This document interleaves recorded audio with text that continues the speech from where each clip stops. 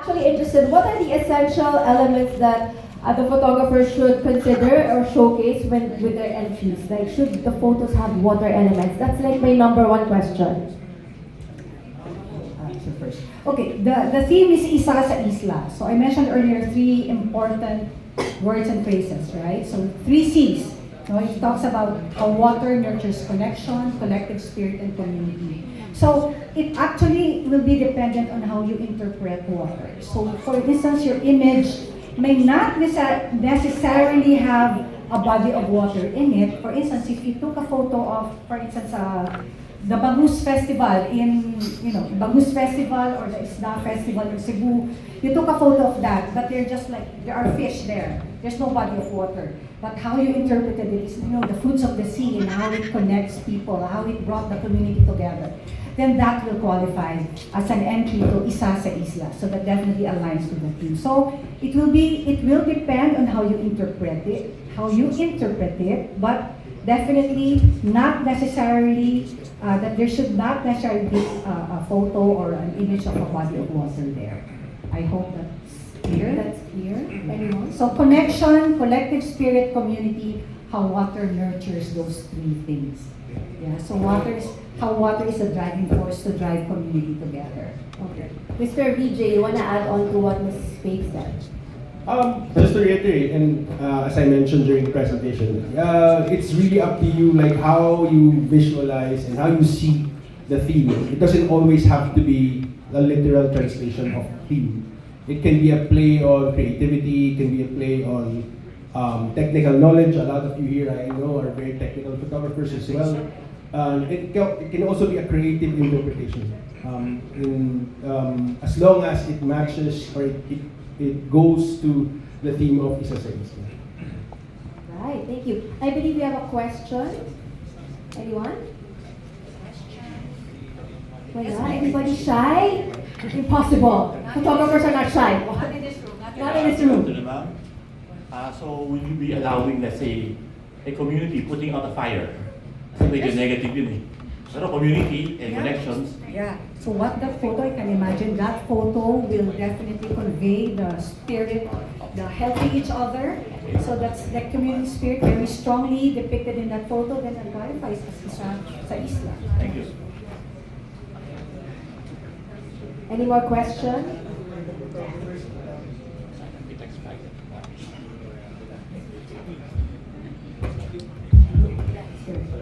Are the photographers allowed to use drones? Hi, that is a good question, sir. About action cam? Yes, sir. First drones. You asked drones. Yes. Any recording device actually is acceptable as long as it goes to it follows the guidelines on manipulation and also on the technical requirements of the constitution. You have a follow-up question. Action camera, sir. Sure. So it's the same. Any So any device or video that can capture a photo. So even the old ones like the oh, okay. Because okay, so I think the process, just to be clear, after you get, for example, shortlisted, the team will ask for the raw file of each shortlisted image for the judges and the panel of judges actually to judge. I believe we have a question there. That table. What about the 360 pa? 360. Insta 360. Yun the one that you can put on your chain as a necklace or. There are a photo in the 8K. As long as the submitted file is a photograph, sir. Plus, it is also, I think, the 360 cam, does it stitch the photo right away? So as long as the stitch is straight from the camera and the manipulations that you do with it follows the manipulation guidelines, I think that's okay. There's another question from Sir there. Yeah. Will you break down the categories into DSLR, drones, and cell phones, or is it one thing? It's a one category. It is blindly judged. All entries are blindly judged. All shortlisted entries are judged blindly. in different levels. So it really doesn't matter what equipment you use. As long as the composition of the photo is there, it's in tied with the theme for this year. Okay, that is interesting. Any more questions? But sorry, just to add to that, Yes. all shortlisted entries will pass through the manipulation check initially. Because from our experience in the last 2 editions, towards the final stages, those are the times that we figured some of the entries are not manipulated mischievously, but like manipulated in a term of enhancement that actually sort of breaches the manipulation guidelines. So for this year, there will be a manipulation sort of screening for the shortlisted entries before you move on to the final. Sir Vijay, all of the ones that you mentioned a while ago, the manipulation guidelines, it's all on the website naman pa. Okay. We'll upload it. Kasi I think that's what the Oh, it's in photographers the mechanics, yes. are very keen na parang pwede bang Yeah. like the devices and like how can we manipulate it, what are the limits. So as you mentioned, everything will be posted on the website. Yeah, it's already in the mechanics. But also, if you're not clear before you submit, the Check na lang, the no? Or email na lang at inquire@jtisinaglarawan.com. Yes. Any more questions? Yes, sir.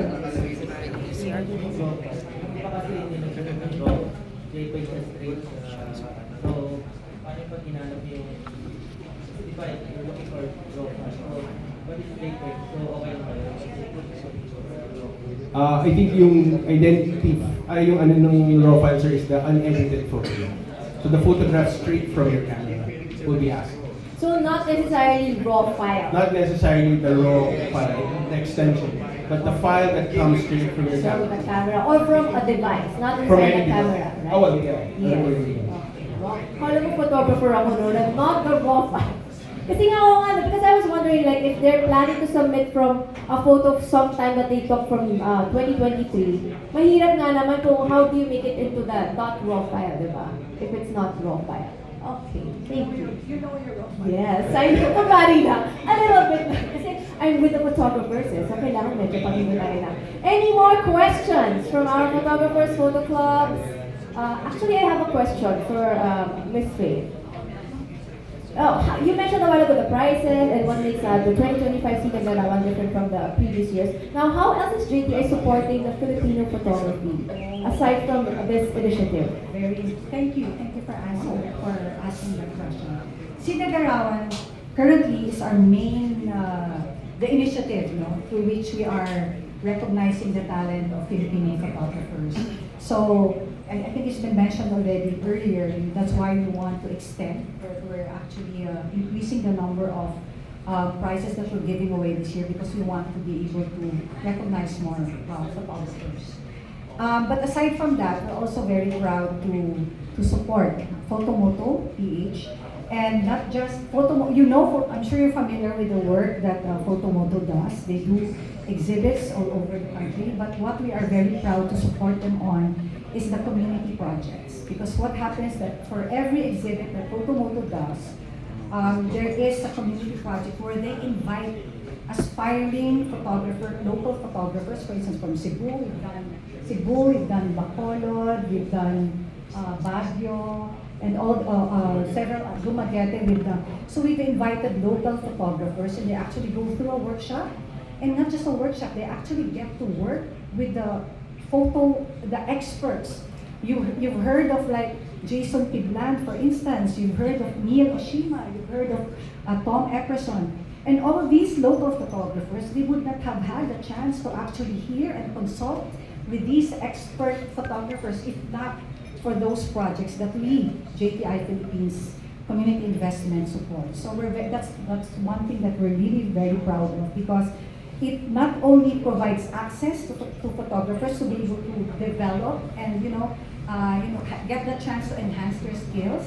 They also get a chance to actually talk to photo experts that they truly admire. So that's one thing that we're really proud of.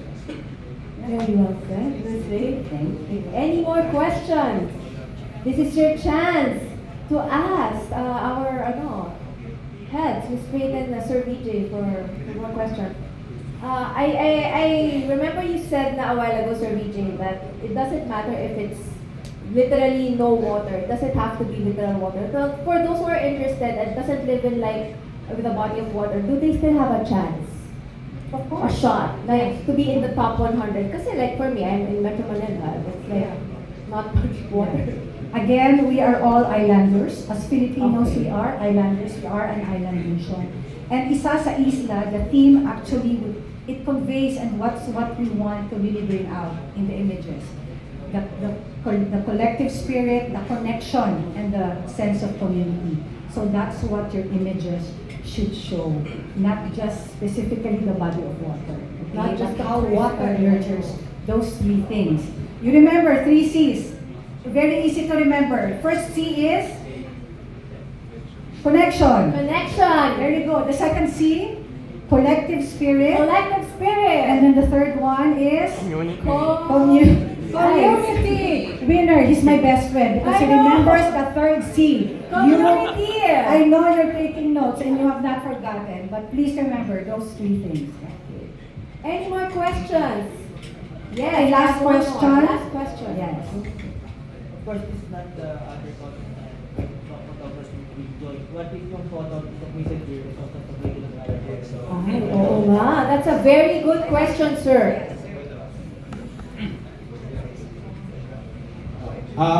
For Sinaglarawan, sir, I think hindi pwede. I think any image that won a past competition, either recent or years before, cannot be submitted to Sinaglarawan. Exclusive siya for this part. Yeah, if you're gonna submit it for Sinaglarawan, it shouldn't have won any photo competition. At kung hindi na layo ng photo, Nag-submit lang. It was submitted but it didn't win. Is that what you're trying to say, sir? yeah. I think that is considered. As long as it was not published under that particular photo competition. Right. Shortlisted or featured or like in Sinaglarawan we have the shortlisted entries.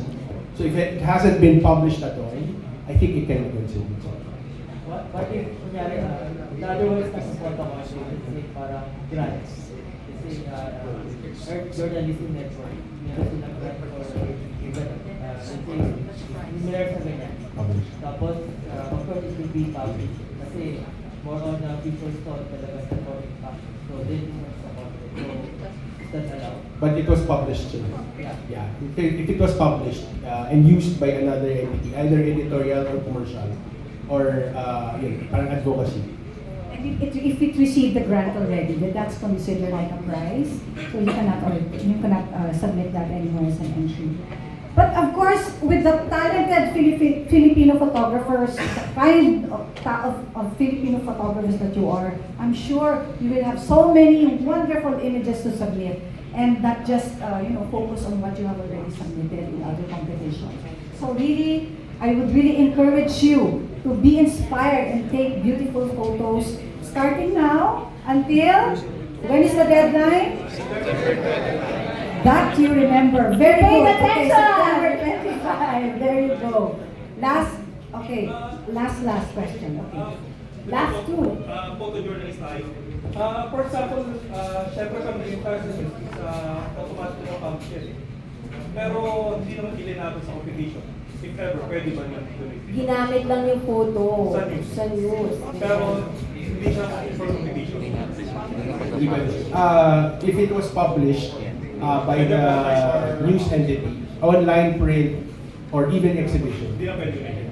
So I mean, I'm sure there's used, outtakes to that, but anything used by, you cannot submit as an entry. We have another question here. ay, nauna lang tapos si Sir Ruby. Okay. Sa akin lang sir is what if yun yan, pinag-uusapan natin yung FNAP natin sa contest. How about the kapatid shot? Do we allow? Outtake. As long as the same image was, the image was not used, the actual image was not used. If it was an outtake or the next frame or the frame before, that's still considered. Yeah. So Rudy.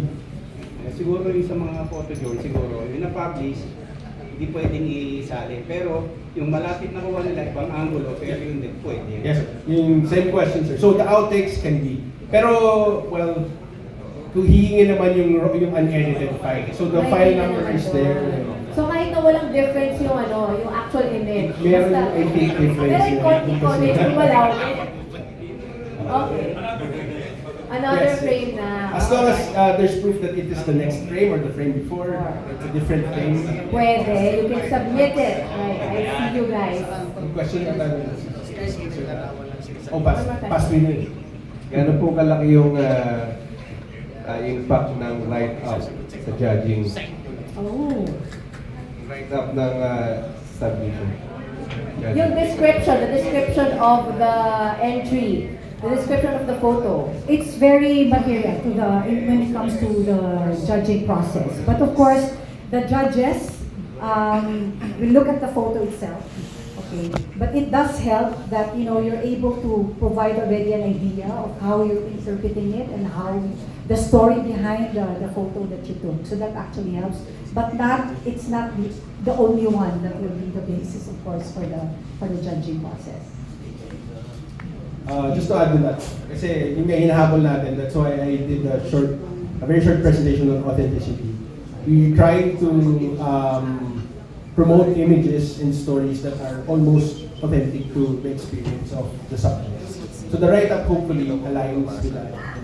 To the image and to the story or whatever it represents. Right? That makes sense. Any more questions? All right, I think that's it. Thank you so much for your questions, everyone. And this wraps up our Q&A. Once again, if you have more questions or clarifications, please do send them over at inquire@jti.sinaglarawan.com.